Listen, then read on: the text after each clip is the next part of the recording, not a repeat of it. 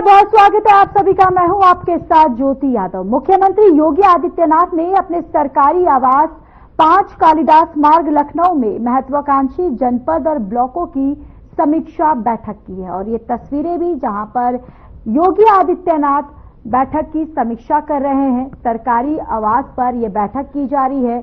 जनपद और ब्लॉकों की समीक्षा जो है मुख्यमंत्री योगी आदित्यनाथ की अध्यक्षता में की जा रही है।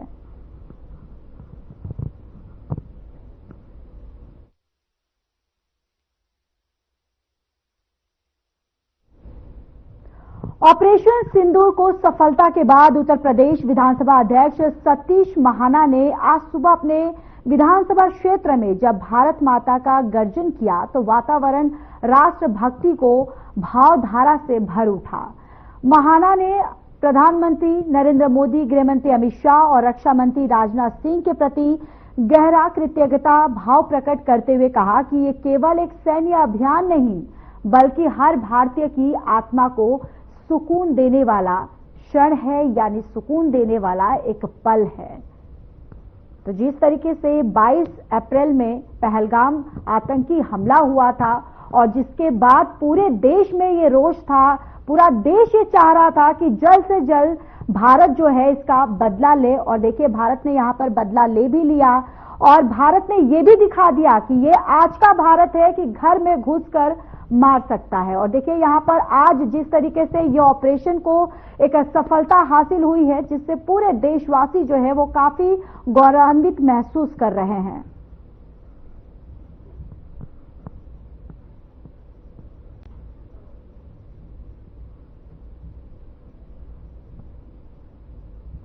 और देखिए इसके तहत ही आपको बताते चले कि कानपुर में यहां पर ऑपरेशन सिंदूर का जिस तरीके से रिएक्शन जो है लगातार पूरे देश से आ रहा है और ये कानपुर की तस्वीरें, कानपुर की खबर जहां पर इस ऑपरेशन की सफलता के बाद यहां से भी रिएक्शन जो है वो आ रहा है। और यहां पर देखिए किस तरीके से गृहमंत्री अमित शाह, रक्षा मंत्री राजनाथ सिंह और प्रधानमंत्री नरेंद्र मोदी की भी इस ऑपरेशन को लेकर यहां पर सराहना की जा रही है और यहां पर पूरा देश जो है वो काफी एक हर्ष उल्लास के साथ भरा हुआ है। और जिस तरीके से इस ऑपरेशन को एक सफलता हासिल हुई और अब यहां पर कानपुर में भी जो लोग जो हैं वो बाहर निकले, उन्होंने यहां पर प्रधानमंत्री नरेंद्र मोदी, गृहमंत्री अमित शाह, रक्षा मंत्री की तारीफ जो है उन्होंने की है और साथ ही साथ हमारे सेना का भी यहां पर उन्होंने सराहना किया है। और जिस तरीके से सेना ने इस पूरे मिशन को, इस ऑपरेशन को जिस तरीके से सफलतापूर्वक हासिल किया है उसको लेकर पूरा देश जो है वो हमारे सेना पर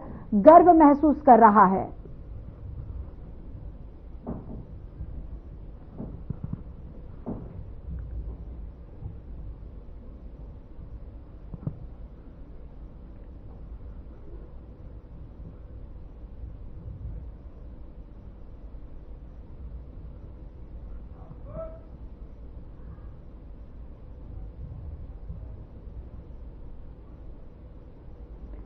और ऑपरेशन सिंदूर के बाद अब लगातार पूरे देश से रिएक्शन जो है वो आ रहा है और विश्व अध्यक्ष जो है उन्होंने यहां पर जयकारा लगाया। भारतीय की आत्मा को सुकून देने वाला उन्होंने ये क्षण बताया और ये जाहिर सी बात है जिस तरीके से इन आतंकवादियों ने पहलगाम में जो निर्दोष पर्यटकों पर जिस तरीके से एक निर्मम उनकी हत्या की गई थी, उन पर अटैक किया गया था और जिस तरीके से उनकी जो धर्म पत्नियां थी उनको ये भी कहा गया था कि तुमको नहीं मारेंगे, तुम ये जो संदेश जो है वो अपनी सरकार को जाके देना। जिसके बाद इस आतंकी वारदात के बाद जिस तरीके से पूरे हिंदुस्तान में एक उबाल जो है वो देखने को मिला, पूरा हिंदुस्तान जो है वो एकजुट होता हुआ नजर आया। लगातार पूरा देश ये मांग कर रहा था कि इस वारदात का जल्द से जल्द जो है वो यहाँ पर एक ऑपरेशन किया जाए, जल्द से जल्द इसका एक सफलतापूर्वक जो आतंकवादियों को मुंहतोड़ जवाब जो है वो दिया जाए। और देखिए जिस तरीके से रात के 1:30 बजे के करीब में इस ऑपरेशन को जिस तरीके से अंजाम दिया गया, जिस तरीके से ये ऑपरेशन जो है वो सफलतापूर्वक यहाँ पर हुआ और यहाँ 9 आतंकी ठिकानों पर दरअसल भारत की तरफ से हमला किया गया, जिसके बाद पूरा देश जो है वो हमारे वीर जवानों पर, हमारे सेना पर गौरवान्वित महसूस कर रहे हैं।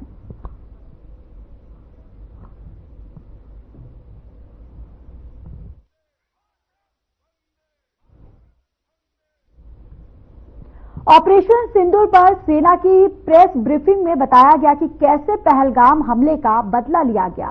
विदेश सचिव विक्रम मिस्त्री ने कहा कि भारत ने अपने अधिकार का इस्तेमाल किया और पीओके में आतंकी ठिकानों को तबाह किया। पर्यटकों पर बर्बरतापूर्ण हमला किया। 25 भारतीयों और एक नेपाली नागरिक को कायरतापूर्ण मौत के घाट उतार दिया गया। मुंबई के 26 नवंबर 2008 के हमलों के बाद यह भारत में हुई किसी आतंकवादी हमले में मारे गए आम नागरिकों की संख्या की दृष्टि से सबसे गंभीर घटना है। पहलगाम का हमला अत्यधिक बर्बरतापूर्ण था, जिसमें वहां मौजूद लोगों को करीब से और उनके परिवारों के सामने सिर पर गोली मारी गई। हत्या के इस तरीके से परिवार के सदस्यों को जानबूझकर आघात पहुंचाया गया। साथ ही उन्हें यह नसीहत भी दी गई कि वे वापस जाकर इस संदेश को पहुंचा दें। यह हमला स्पष्ट रूप से जम्मू और कश्मीर में बहाल हो रही सामान्य स्थिति को बाधित करने के उद्देश्य से किया गया था। चूंकि पर्यटन फिर से अर्थव्यवस्था का मुख्य आधार बन रहा था, इस हमले का मुख्य उद्देश्य इसे प्रतिकूल रूप से प्रभावित करना था। पिछले वर्ष आप सभी जानते हैं 2.25 करोड़ से अधिक पर्यटक कश्मीर आए थे। इस हमले का मुख्य उद्देश्य इसलिए संभवतः यह था कि इस संघ राज्य क्षेत्र में विकास और प्रगति को नुकसान पहुंचाकर इसे पिछड़ा बनाए रखा जाए और पाकिस्तान से लगातार होने वाले सीमा पार आतंकवाद के लिए उपजाऊ जमीन बनाने में सहायता की जाए। हमले का यह तरीका जम्मू और कश्मीर और शेष राष्ट्र दोनों में सांप्रदायिक दंगे भड़काने के उद्देश्य से भी प्रेरित था। इसका श्रेय सरकार और भारत के सभी नागरिकों को दिया जाना चाहिए कि इन प्रयासों को विफल कर दिया गया। एक समूह ने खुद को रेजिस्टेंस फ्रंट टीआरएफ कहते हुए इस हमले की जिम्मेदारी ली है। यह समूह संयुक्त राष्ट्र द्वारा प्रतिबंधित पाकिस्तानी आतंकवादी समूह लश्कर ए तैयबा से जुड़ा हुआ है। यह उल्लेखनीय है कि भारत ने मई और नवंबर 2024 में संयुक्त राष्ट्र की 1267 कमेटी की सैंक्शंस मॉनिटरिंग टीम को अर्धवार्षिक रिपोर्ट प्रस्तुत की थी, जिसमें टीआरएफ के बारे में साफ इनपुट दिए गए थे। इससे पाकिस्तान स्थित आतंकवादी समूहों के लिए कवर के रूप में टीआरएफ की भूमिका सामने आई थी। इससे पहले भी दिसंबर 2023 में भारत ने इस टीम को लश्कर ए तैयबा और जैश ए मोहम्मद के बारे में सूचित किया था, जो टीआरएफ जैसे छोटे आतंकवादी समूहों के माध्यम से अपनी गतिविधियों को संचालित कर रहे हैं। इस संबंध में 25 अप्रैल को यूएन सिक्योरिटी काउंसिल प्रेस वक्तव्य में टीआरएफ के संदर्भ को हटाने के लिए पाकिस्तान के दबाव पर भी ध्यान दिया जाना चाहिए। पहलगाम आतंकवादी हमले की जांच से पाकिस्तान के साथ आतंकवादियों के संपर्क उजागर हुए हैं। रेजिस्टेंस फ्रंट द्वारा किए गए दावे और लश्कर ए तैयबा से ज्ञात सोशल मीडिया हैंडल द्वारा इसको रीपोस्ट किया जाना इसकी पुष्टि करता है। चश्मदीद गवाहों और विभिन्न जांच एजेंसियों को उपलब्ध अन्य सूचनाओं के आधार पर हमलावरों की पहचान भी हुई है। हमारी इंटेलिजेंस ने इस टीम के योजनाकारों और उनके समर्थकों की जानकारी जुटाई है। इस हमले की रूपरेखा भारत में सीमा पार आतंकवाद को अंजाम देने के पाकिस्तान के लंबे ट्रैक रिकॉर्ड से भी जुड़ी हुई है, जिसके लिखित और स्पष्ट दस्तावेज उपलब्ध हैं। पाकिस्तान दुनिया भर में आतंकवादियों के लिए एक शरण स्थल के रूप में पहचान बना चुका है। यहां अंतर्राष्ट्रीय स्तर पर प्रतिबंधित आतंकवादी सजा पाने से बचे रहते हैं। इसके अलावा पाकिस्तान ने इस मुद्दे पर विश्व और फाइनेंशियल एक्शन टास्क फोर्स जैसे अंतर्राष्ट्रीय मंचों को जानबूझकर गुमराह करने के लिए भी जाना जाता है। साजिद मीर का मामला, जिसमें इस आतंकवादी को पाकिस्तान ने मृत घोषित कर दिया था और फिर अंतर्राष्ट्रीय दबाव के परिणाम स्वरूप वो जीवित पाया गया, इसका सबसे स्पष्ट उदाहरण है। ये स्वाभाविक है कि पहलगाम में हुए इस हमले से जम्मू और कश्मीर के साथ साथ भारत के अन्य भागों में भी आक्रोश देखा गया। हमलों के बाद भारत सरकार ने स्वाभाविक रूप से पाकिस्तान के साथ संबंधों को लेकर कुछ कदम उठाए। आप सभी उन निर्णयों से अवगत हैं जिसकी घोषणा 23 अप्रैल को की गई थी। तथापि यह आवश्यक समझा गया कि 22 अप्रैल के हमले के अपराधियों और उनके योजनाकारों को न्याय के कटघरे में लाया जाए। हमलों के एक पखवाड़े के बाद भी पाकिस्तान द्वारा अपने क्षेत्र या अपने नियंत्रण वाले क्षेत्रों में आतंकवादियों की इंफ्रास्ट्रक्चर के विरुद्ध कार्रवाई करने के लिए कोई स्पष्ट कदम नहीं उठाया गया है। उल्टे वो इनकार करने और आरोप लगाने में ही लिप्त रहा है। पाकिस्तान आधारित आतंकवादी मॉड्यूल्स पर हमारी खुफिया निगरानी ने संकेत दिया है कि भारत के विरुद्ध आगे भी हमले हो सकते हैं। अतः इनको रोकना और इनसे निपटना दोनों को बेहद आवश्यक समझा गया। आज सुबह, जैसा कि आपको ज्ञात होगा, भारत ने इस तरह के सीमा पार हमलों का जवाब देने और उन्हें रोकने तथा उनका प्रतिरोध करने के अपने अधिकार का प्रयोग किया है। यह कार्यवाही नपीतुली, नॉन एस्केलेटरी, आनुपातिक और जिम्मेदारीपूर्ण है।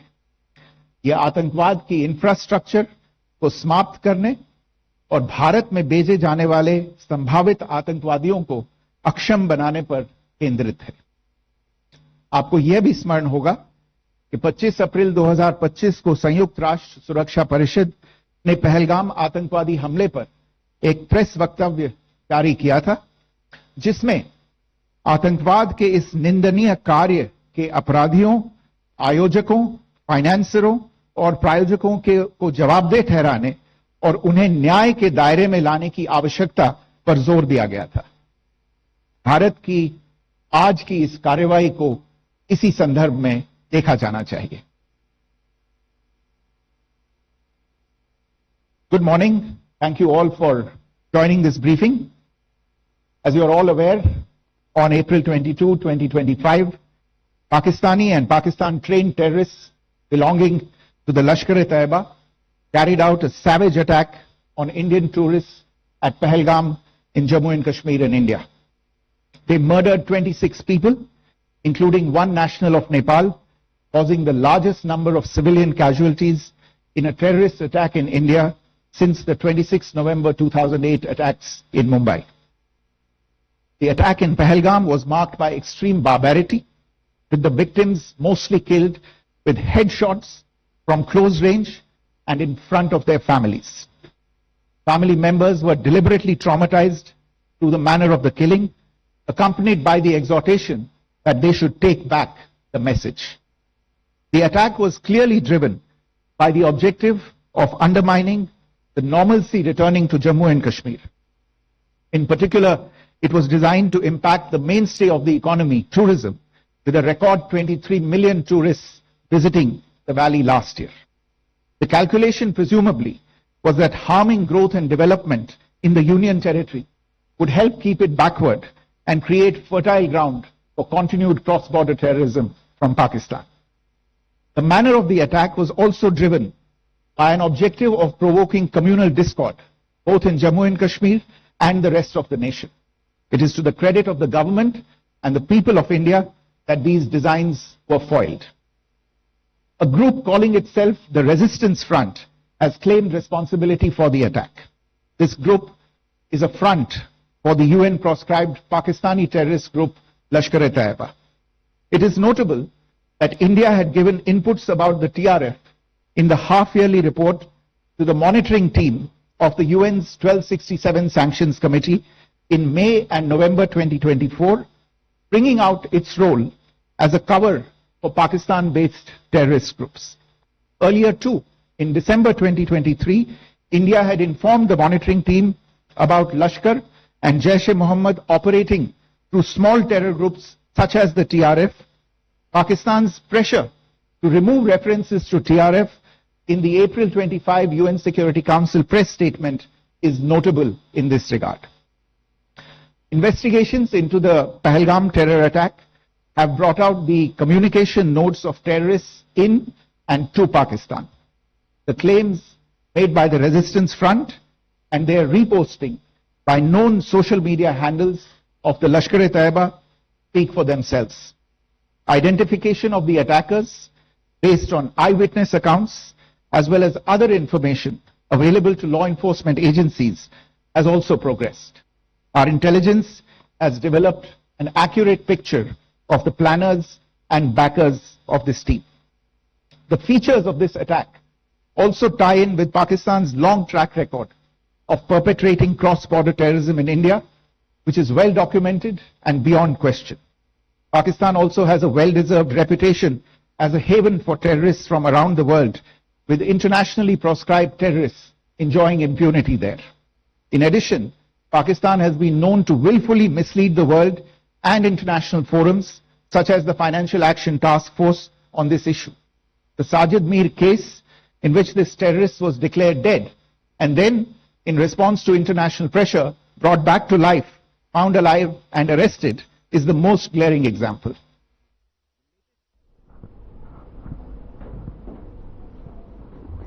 तो देखिए जिस तरीके से ऑपरेशन सिंदूर का एक सफलतापूर्वक यहां पर हुआ है, जिसको लेकर प्रेस ब्रीफिंग जो है वो हम आपको दिखा रहे थे, जहां पर विदेश सचिव विक्रम मिस्त्री ने पूरी जानकारी जो है वो दी कि किस तरीके से इस पूरे ऑपरेशन को ऑर्गेनाइज किया गया और किस तरीके से इस पूरे ऑपरेशन को एग्जीक्यूट किया गया. To our engagement with Pakistan, you are all aware of the decisions that were announced on the 23rd of April. However, it was deemed essential that the perpetrators and planners of the 22nd April attack be brought to justice. Despite a fortnight having passed since the attacks, there has been no demonstrable step from Pakistan to take action against the terrorist infrastructure on its territory or on territory under its control. Instead, all it has indulged in are denials and allegations. Our intelligence monitoring of Pakistan-based terrorist modules indicated that further attacks against India were impending. There was thus a compulsion both to deter and to preempt. Earlier this morning, as you would be aware, India exercised its right to respond and preempt as well as deter more such cross-border attacks. These actions were measured, non-escalatory, proportionate and responsible. They focused on dismantling the terrorist infrastructure and disabling terrorists likely to be sent across to India. You would also recall that the Security Council on 25th April 2025 had issued a press statement on the Pahalgam terror attack, underlining, and I quote, the need to hold perpetrators, organizers, financiers and sponsors of this reprehensible act of terrorism accountable and bring them to justice, unquote. India's latest actions should be seen in this context. Joining me for this briefing on our actions earlier this morning are Colonel Sophia Qureshi and Wing Commander Vyomika Singh. I will request them to share some details regarding Operation Sindoor with all of you.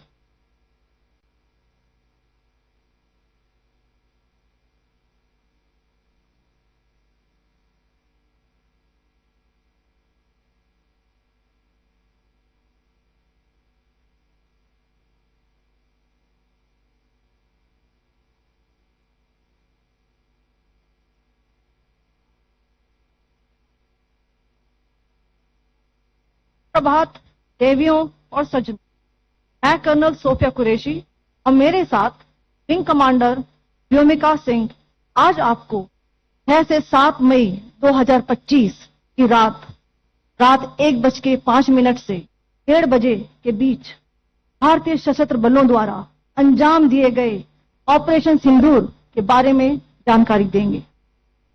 Operation सिंदूर 22 अप्रैल को पहलगाम में हुए विभत्स आतंकवादी हमले के शिकार मासूम नागरिकों व उनके परिवारों को न्याय देने के लिए लॉन्च किया गया था। इस कार्रवाई में 9 टेररिस्ट कैंप्स को टारगेट किया गया और पूरी तरह से इसे बर्बाद किया गया। पाकिस्तान में पिछले 3 दशकों से टेरर इंफ्रास्ट्रक्चर का निर्माण हो रहा है। इसमें recruitment, indoctrination centres, training areas और लॉन्च पैड शामिल थे, जो पाकिस्तान और पाक अधिकृत जम्मू कश्मीर POJK दोनों में फैले हैं। Operation Sindoor was launched by Indian Armed Forces to deliver justice to the victims of Pahalgam terror attack and their families. 9 terrorist camps were targeted and successfully destroyed. Over the last 3 decades, Pakistan has systematically built terror infrastructure. It is a complex web of recruitment and indoctrination centers, training areas for initial and refresher courses, and launch pads for handlers. These camps are located both in Pakistan as well as Pakistan-occupied Jammu and Kashmir areas. Some of the well-known training camps are located, as you can see on the screen. They are distributed from Sawai Nala in the north, bouncing to approximately 21, ending at Bhagalpur to the south.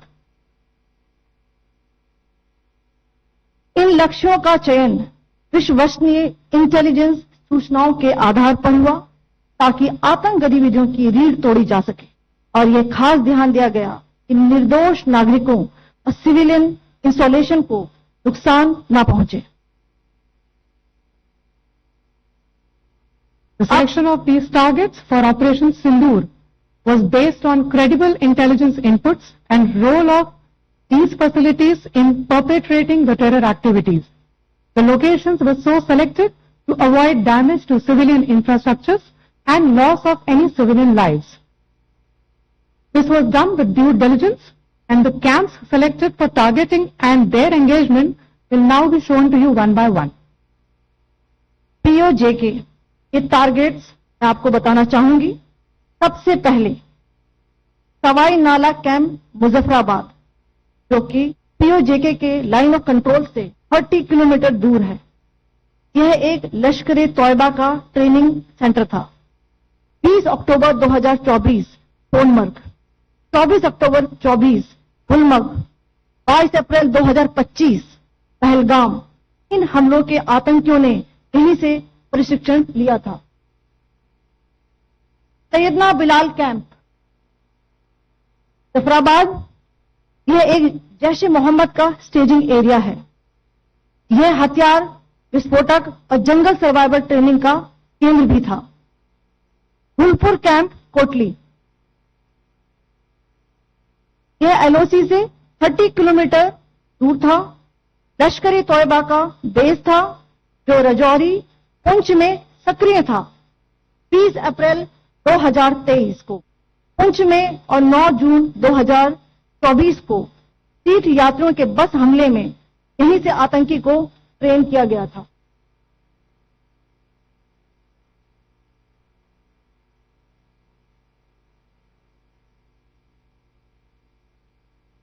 Barnala camp Bhinder, ये LOC से 9 kilometre दूर है। यहां पर हथियार, handling, IED व जंगल survival का प्रशिक्षण केंद्र था। अब्बास कैंप कोटली,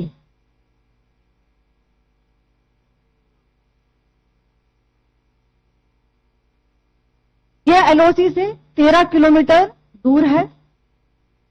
लश्कर तौयबा का फिदाइन यहां तैयार होता था। इसकी कैपेसिटी 15 टेररिस्ट को ट्रेन करने की थी।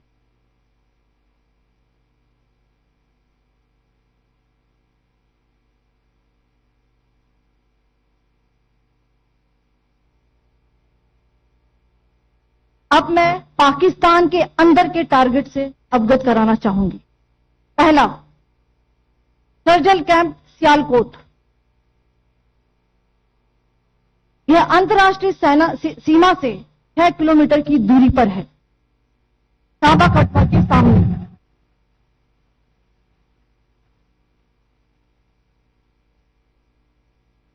मार्च 2025 में जम्मू एंड कश्मीर पुलिस के 4 जवानों को जो हत्या की गई थी, उन आतंकवादियों को इस जगह पर ट्रेन किया गया था। दूसरा, महमूना जाया कैंप सियालकोट, यह 18 से 12 किलोमीटर आईबी से दूर था। हिजबुल मुजाहिदीन का बहुत बड़ा कैंप था। ये कठुआ जम्मू क्षेत्र में आतंक।